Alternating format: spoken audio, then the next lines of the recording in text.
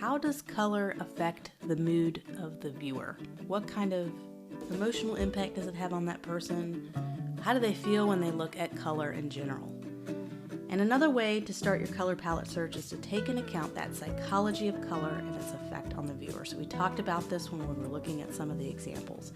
And this color psychology chart you can download, and in my graphic design masterclass, one of my very beginning level theory courses, I talk a lot about the psychology of color, and I might even include that lesson after this one as an extra bonus lesson if you didn't get a chance to already watch that lesson in that course. It's a fantastic lesson. I show lots of examples of color and its impact on the industries they're in. Let's take a look at a few examples to see color psychology in action. If we were to pick a bright, super hot pink and neon color palette, it sparks excitement and energy based on this chart, but it's not a good color palette for a retirement community where you want to evoke a sense of both calm and safety. Maybe sticking with calmer, cool tones might work better. What about an online investment company targeted toward Generation Y or Millennial generation, ages 25 to 37? Green is associated with growth and money. It does make sense to explore that color. But also, what if I skewed that green choice a little bit to incorporate brighter hues, but also still maintain the green hue to add a little bit of a youthful punch? What if it was for a different target demographic? Let's say it's an exclusive online bank account for those 55 plus who are successful professionals. Would our color choice be different? Perhaps more muted colors? A black with blue undertones, and blue has trust and stability, something the older generation with money and a bank account is looking for, and maybe some neutral tan gold colors to complement those darker hues.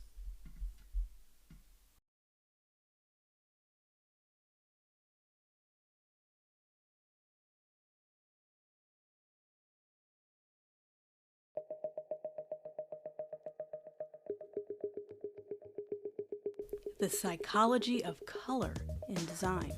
There is power to color in design, and there are emotions that are sparked when we view certain colors. And colors can give you a sense of calmness. They can move or spark emotions of happiness and joy. Colors can remind us of something simple from childhood or make us feel hungry.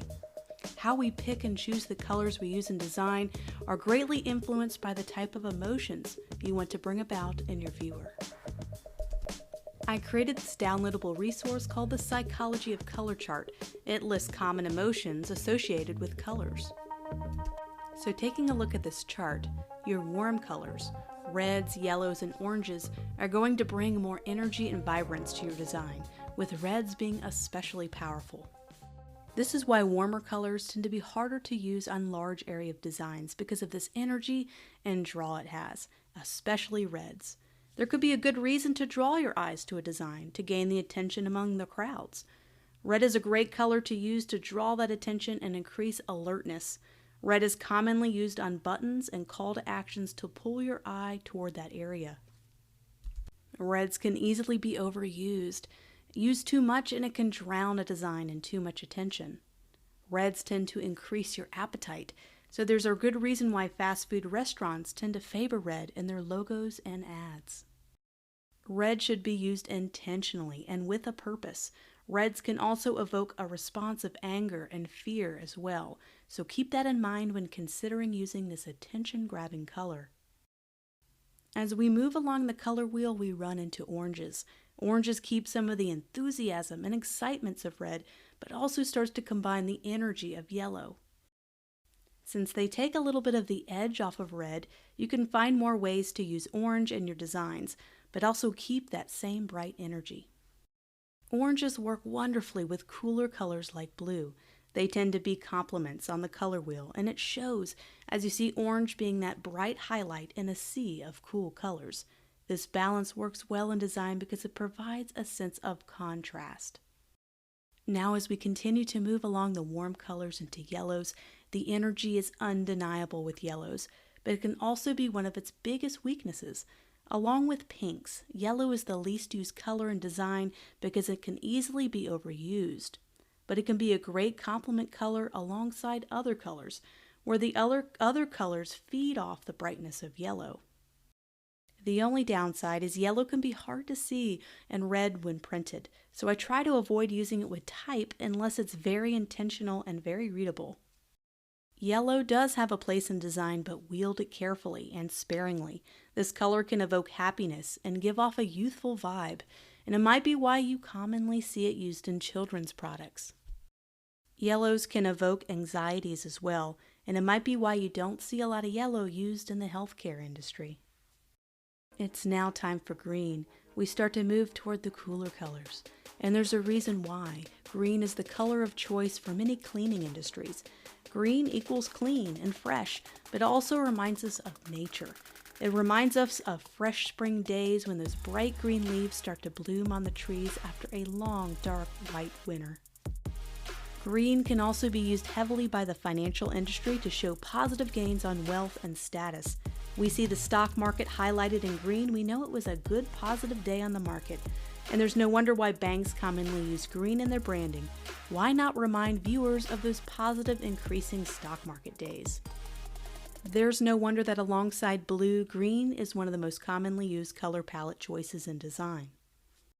Cyan is a unique color, not as commonly used as some other colors like green and blue, but it combines green's organic, clean feeling with blue's calm feeling to create its own unique blend of the two.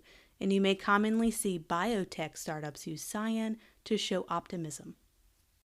Blue is most commonly used color for brands worldwide, and there's many reasons why, because it evokes emotions like stability and calmness. And banks love to use the color blue for that reason, especially with banks losing trust since the 2008 recession. You also see it used by industrials and those in the manufacturing industry, and you see it also in the healthcare industry. Blue is a great color to use for large areas of a design, like a background for example, especially ones that have shades of blue. Blue can easily stand on its own with less of a need to depend on other colors to tame it down. Blue's chill nature makes it one of the most versatile colors on the color wheel. Next, we move into purple. Purple mixes a bit of stability and calmness of blue with the compassion and vibrance of pink. It starts to take on a bit of warm tones, giving it a little kick. Purple is commonly associated with royalty and sophistication. It's also commonly used in the hospitality industry for that very reason. They want you to feel like royalty. We also see it used by the healthcare industry as well. It has a sense of love and passion that mixes with the stability and trust of blue. Purple is another color that can easily be used in larger areas of a design, yet add a little bit of that energy from the warmer tones. Purple is rich, it's silky, it's luscious, and when used right in a design, it can feel wonderful. Purples are having a bit of renaissance in the design world with a huge resurgence of its use in youthful, vibrant brands. You see purple used as duotones or gradients and as overlays on photos, giving photos a richer retro vibe. Purple and vibrant yellows are complements on the color wheel, and you can see that combination of energy happening every time you see these two colors together. Purple can take up more space in your design, more than the yellows, and your yellows should always just play a highlighting role, being used a little less often to highlight certain areas of the design. Pinks are a bit tough to use because of their strong past association with femininity, but don't count them out too soon as that stereotype is slowly evolving and changing. Pinks can remind us of romance and love. They can also remind us of a simpler time, when no one was afraid of wearing pink, like my favorite decade, the 80s. Pinks are similar to yellows in that they can be hard to use in large areas of a design. Lighter versions of pink tend to do better with this than those hot, bright pinks, which have the same problem as yellow because they're too strong. Pinks work best in tandem with calming counter colors. Take, for instance, this example, where the pink draws your eye, but the cooler color calms it down, just enough to take it all in. And now we come full circle back to reds.